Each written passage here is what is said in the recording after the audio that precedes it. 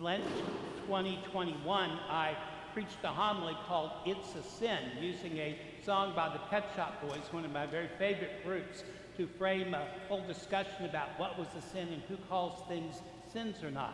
Tonight I revisit this group, who's one of my very favorite pop artists. They've been doing music since the early 1980s, and they're still going. They're older than I am, and yet they still have that beautiful melodic synth pop voices that they have.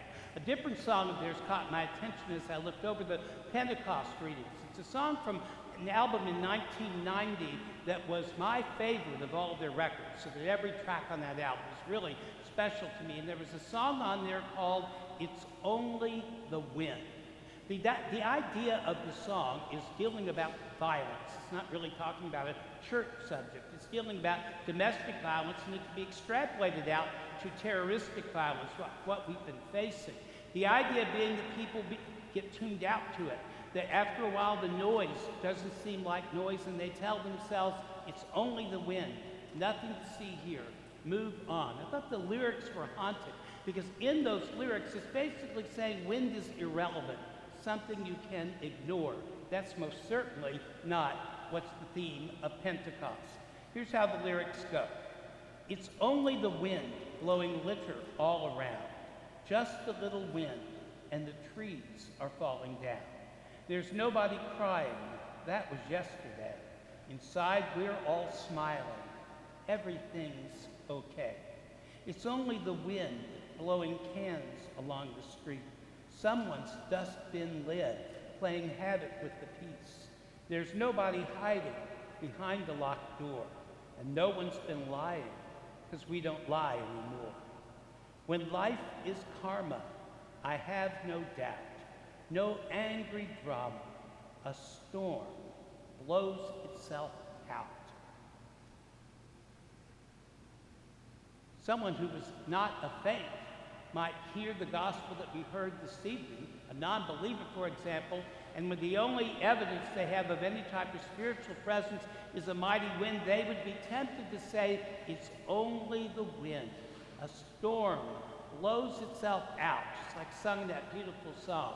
But we learned that there's not only a wind, and it doesn't simply blow itself out, because we're speaking of the Holy Spirit, whose breath is eternal, whose breath is sacred, and whose breath completes the Easter mystery, as I mentioned in the introduction to the liturgy. How did the disciples find themselves in the upper room to celebrate Pentecost? Keep in mind that Catholic Pentecost, as we understand it, did not exist. Neither did Easter, as we understand it, exist. When the apostles went into the upper room with Jesus on what you and I call Holy Thursday, they, by the way, called that the eve of Passover, which is indeed what it was. They still experienced a ritual Passover, just simply one not like any other kind. We sometimes tell ourselves that Jesus invented or created the sacrament of Eucharist that evening, and that would not be precisely correct. It's one of the elements in the Eucharist we're celebrating. It's an important one.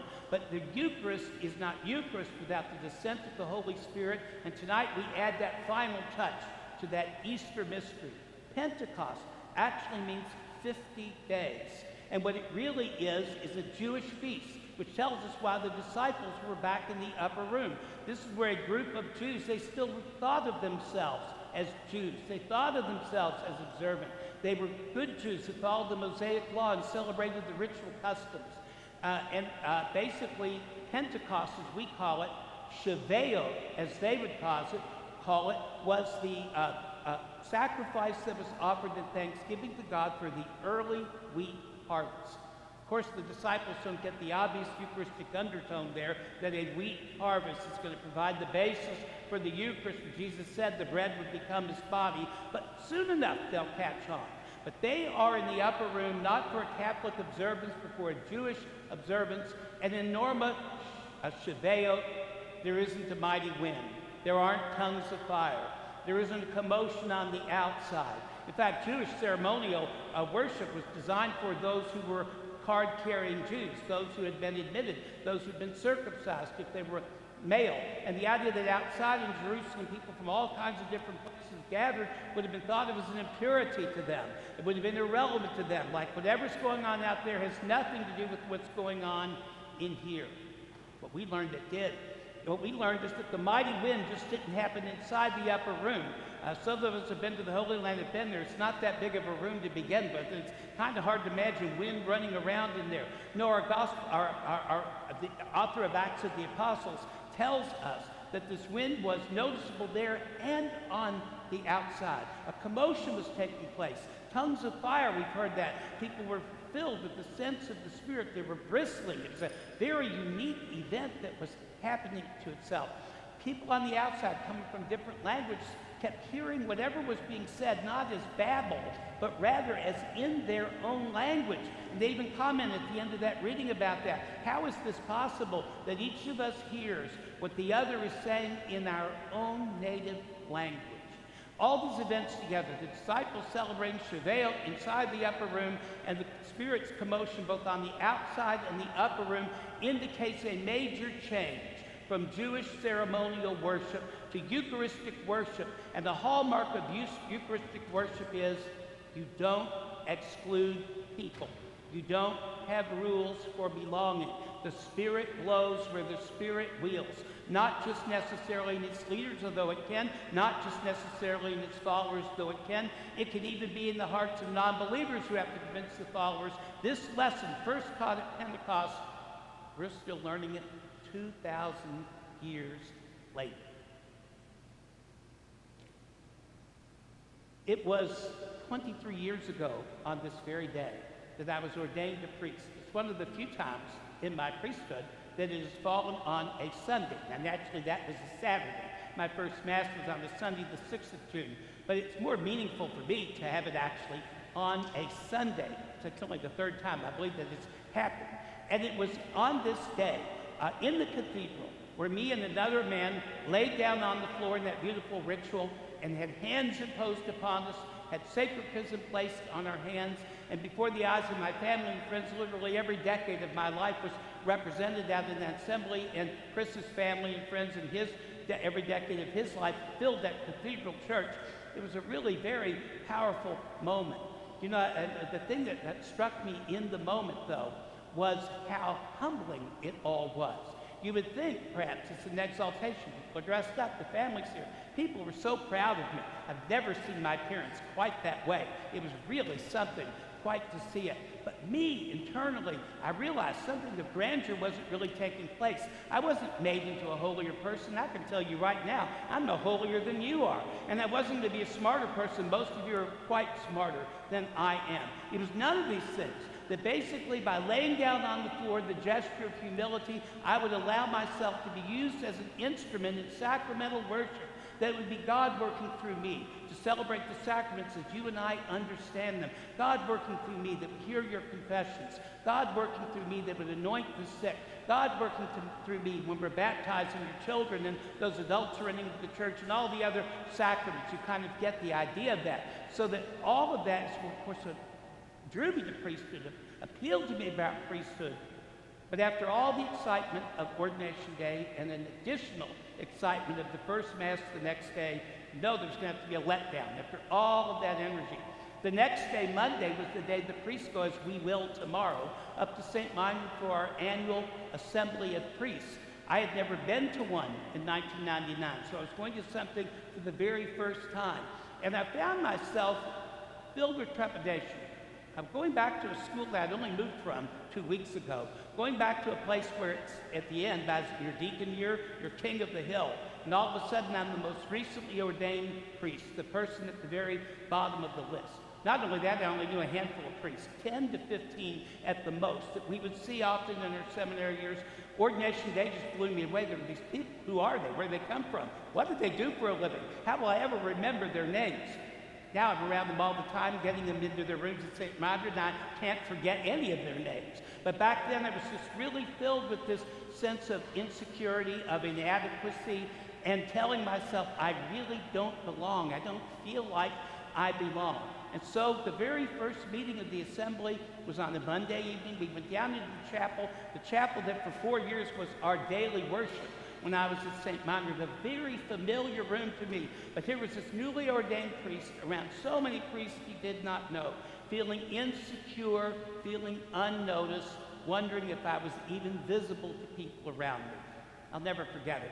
When the assembly started, it was Father Bill Griner, who was our master of ceremonies, and he looked across the room and then he said, before we say one more word, before we take one more step, let us welcome our two newly ordained priests, Father Gary and Father Chris. And then the whole room erupted in applause. I had never seen anything like it. What a spiritual experience it was. I learned that I belong. I learned that this was a place where I was being accepted. I learned I was not invisible. There'd be much more learning to go, but I always associate ordination with that event at the assembly where I was welcomed that helped me overcome the insecurity and inadequacy that's such a part of our lives. I learned something important in that lesson, which is in that experience, which has helped me in my ministry, which is that every one of us has a desire to belong. You know, we want to fit in. We don't want to be seen as somebody contrary or somebody very different than we are. And unfortunately, altogether in church existence, not just existence, but churches particularly have problems with this. Someone once asked me a few years ago, they said, are you a progressive church or are you a traditional church? I said, I didn't know there was a menu where you had to pick from the subjects. And then I said to them, if we're going to be anything, I want us to be a welcoming church. And of course, the person's trying to figure out that. What do they mean by welcoming? Does that mean there's no rules? Does that mean that you're liberal? Does that mean you're conservative? And I naturally don't want to entertain that. But we do experience among churches, not just Catholic churches, other Christian churches, even non-Christian churches as well, with a set of rules, almost like a country club, with an admission criteria. You're not one of us, they would say to the outsiders. You see, at Chevet, where the apostles were, the Jews were on the inside. Everybody else who was irrelevant was on the outside. Jesus turned all that upside down with the worship that's inaugurated at Pentecost, and all of a sudden there aren't any outsiders. That had always been a part of Jesus' ministry, and the Holy Spirit planting gifts wherever the Holy Spirit will did the thing that, well, Holy Spirit does. Planted gifts in all kinds of people, people we wouldn't expect to have gifts, people themselves that didn't see that they a welcoming church by agreeing that we're all together in one particular way. And the particular way we come together is, as I mentioned, my own experience in my ordination. I recognized even then there's never been a day of my 23 years of priesthood where I ever felt holier or higher or more important than or smarter than people around me. I guess it was a grace, that I felt that right there from the very beginning. But the reality is we still quickly figure out if it doesn't seem like we fit in. And this is a unique human desire to be accepted for who we are, to be accepted for what we are. Now, how can a church look at itself if it's going to be welcoming? How are they going to describe itself? The minute we describe ourselves as one of those words, progressive or traditional, or say you're in the middle, what does that mean? If we try to use some type of descriptive word, what are we really saying? You see, there's one common bond that unites everyone, whether the church understands it or not, that you and I are sinners, every last one of us.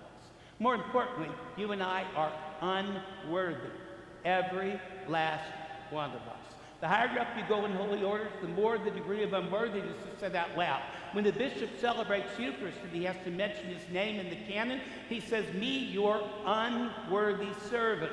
The priest has to say he's not worthy when he washes his hands during the offertory. Very important moment that it's not me, it's Jesus working through me. And then all of us together before we receive Holy Communion, we say it again. Lord, I am not worthy for you to enter under my roof. What we hold in common is that we're all equally unworthy. There aren't degrees of unworthiness. Someone on the outside is not even more unworthy than we are. There aren't degrees of it. Someone on the inside is not. Regardless of what your ideology is, or what your national origin is, or what your sexual orientation is, or any of the other different categories that all too often are part of our church conversation and have no place in that church conversation. I've always been struck by that desire that we all fit in.